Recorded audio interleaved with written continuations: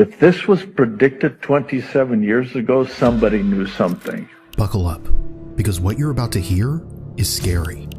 Back in 1997, a group of futurists funded by a Washington, D.C. think tank and several three-letter government agencies wrote a book about what the world might look like in the future.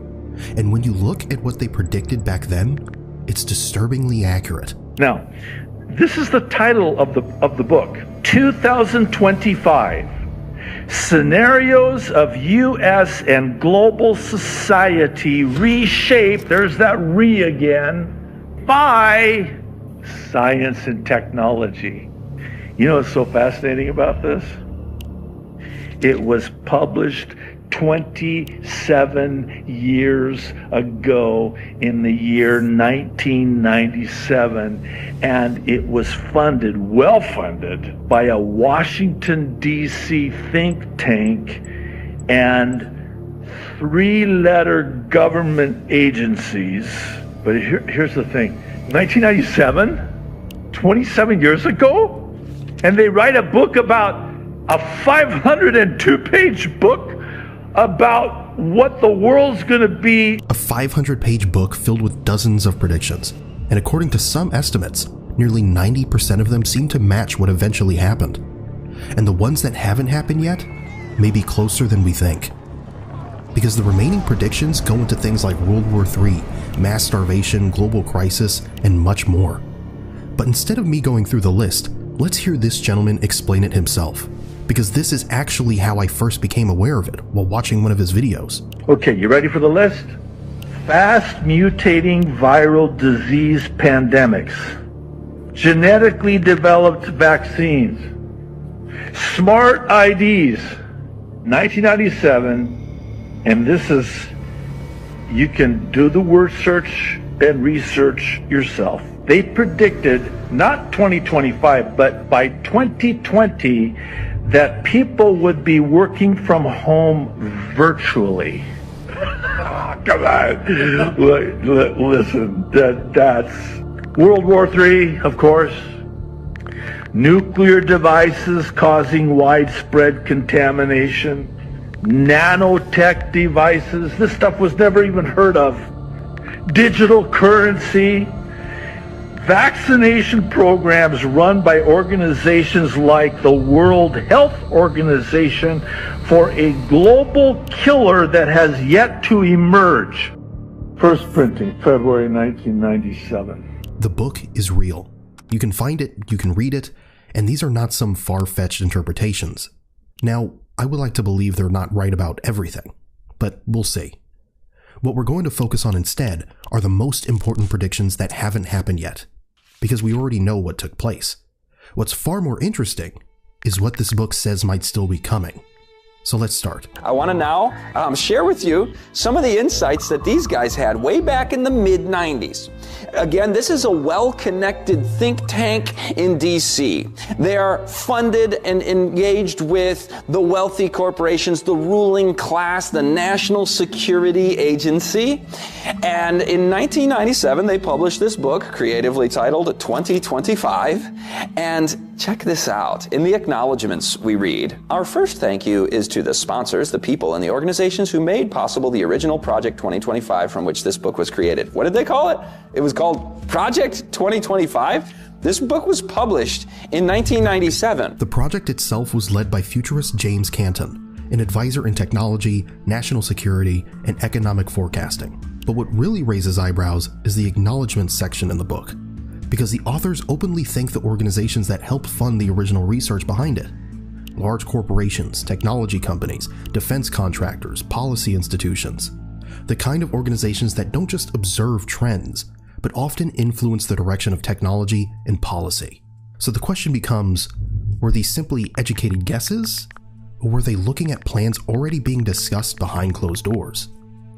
Either way, let's take a look at what they predicted. 10 things to expect if this Project 2025 from the mid-90s turns out to be correct about the remaining items that have not yet transpired. And before I list them, I want to remind us, these are not just, throwing a bunch of stuff at the wall and see what sticks. I mean, it's like 90% track record here. And they may not be right about all these either, But here we go. Now brace yourselves, because if what you're about to hear ever becomes reality, things could get very ugly.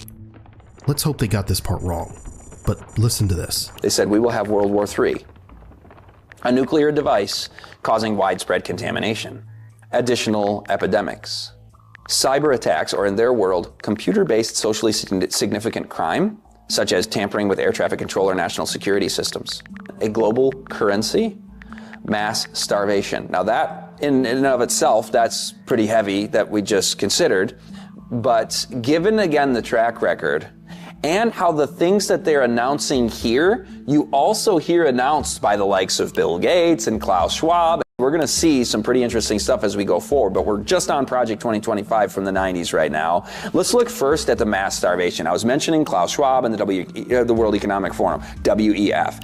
He stated, we're going to have an angrier world. In the context of food and energy scarcity, we are going to have an angrier world. Those are his words. And so when he talks about an angrier world, and in the same interview, Klaus says that this angrier world will be because of economic conditions, and that's why I see the need for a great reset. In fact, roll that clip right now, please. We have to prepare for a more angry world, and I see the need for action. I see the need for a great reset. When you start looking around today, some of these ideas don't feel as far away as they once did. Conversations about global crisis, food shortages, cyber warfare, they're no longer just theory. The World Economic Forum often discusses scenarios involving systemic shocks, digital infrastructure attacks, and the need for a reset of the global system.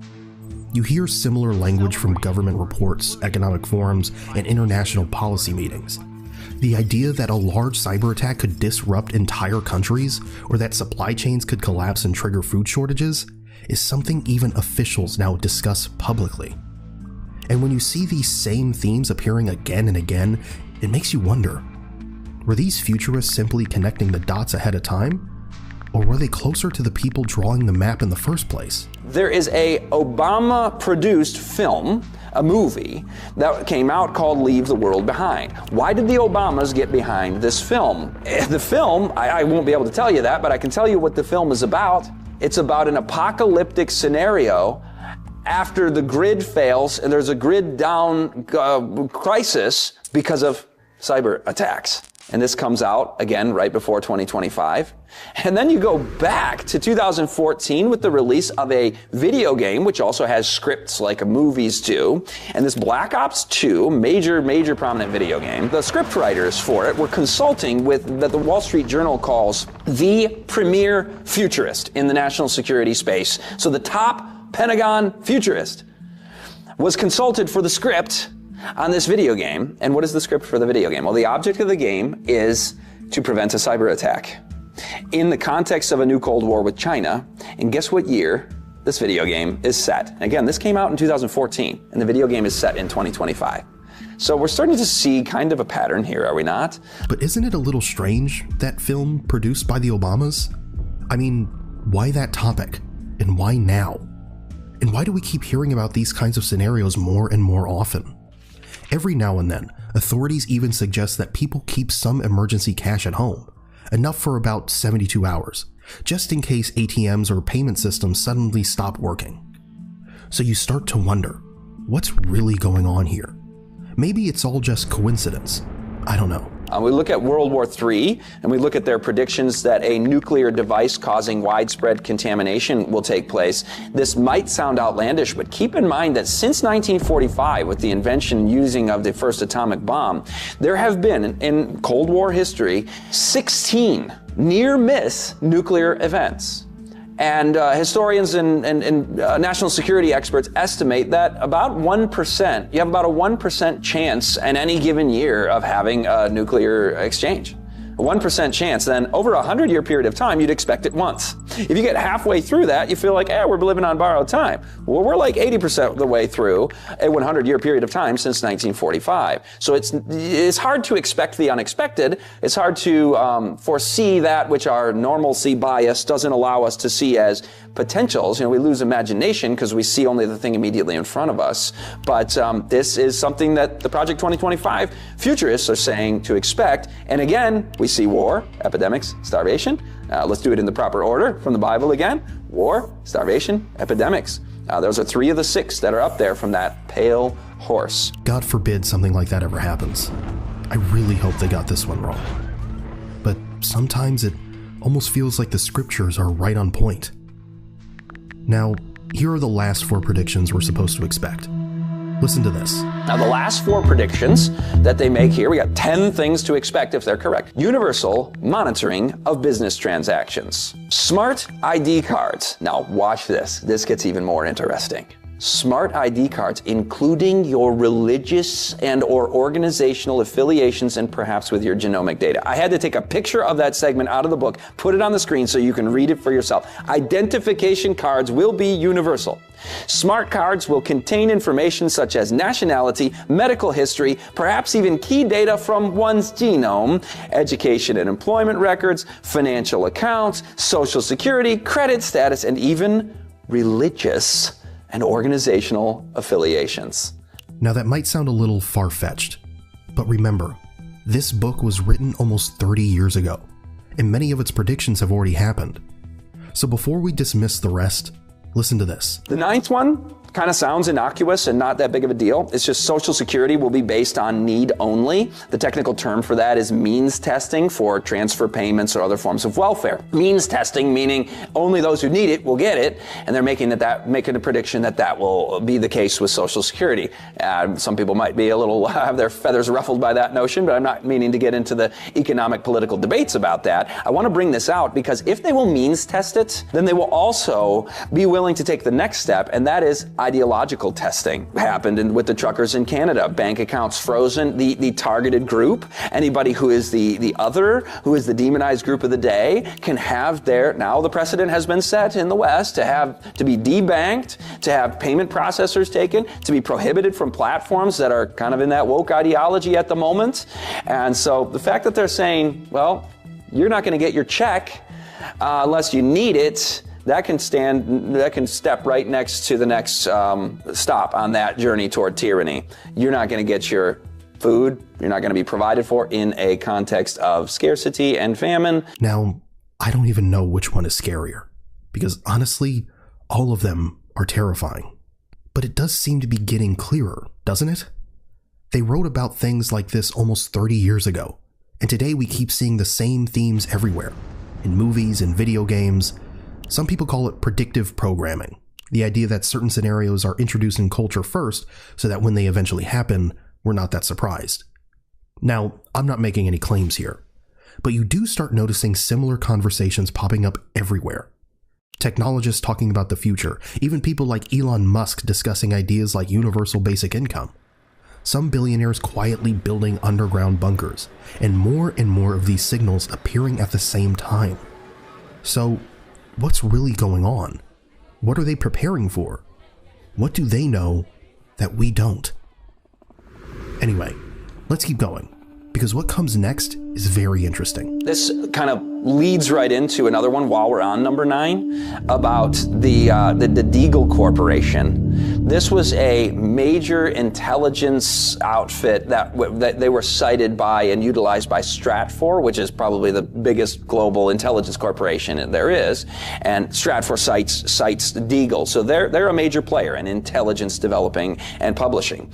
And they made a prediction that by 2025, there would be a reduction, look in the red, of population in America from 327 million to 100 million. And GDP would drop from 60,000 per person to 24,000 per person. Now, this is not to say that this will happen, but that's quite an alarming prediction to make. Why would you go out and say that? Well, it's in the context of here, what we were talking about, a mass starvation and global currency and major war and epidemics and cyber attacks. This is where you see massive population reductions and economic collapse. But I love their little disclaimer here.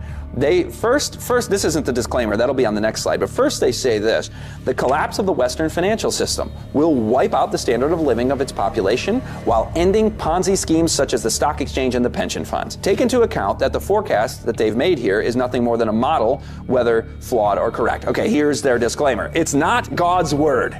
This is not God's word. This is not a magical device that allows us to see the future. Now, if you're planning the future and announcing what you're going to do ahead of time, then that's not a prediction. But these guys are just making predictions, and they're saying, you know what, this is flawed. This could not transpire as badly as we're seeing it, which makes me feel happy about that situation, about a population reduction of that magnitude and economic collapse. But whether it's going to happen or not isn't even so much the question as when. So after hearing all this, it's easy to feel uneasy. A book written almost 30 years ago talking about pandemics, digital currencies, cyber attacks, global crises, and somehow many of those things showing up in our world today. Maybe it was just a group of futurists connecting the dots. Maybe some of these scenarios were exaggerated. Or maybe they simply understood the direction the world was already moving in. But there is something important to remember. Predictions are not destiny. History has always been shaped by the choices people make along the way. Every generation has faced moments that look dark, uncertain, even frightening. And yet somehow, humanity kept moving forward. So maybe the real value of looking at things like this isn't fear. Maybe it's awareness. Because the more aware people are of the world around them, the harder it becomes for anyone to quietly decide the future on their behalf. In the end, the future isn't written in a book from 1997. It's written by the billions of people living through it right now. And that might be the most important thing to remember.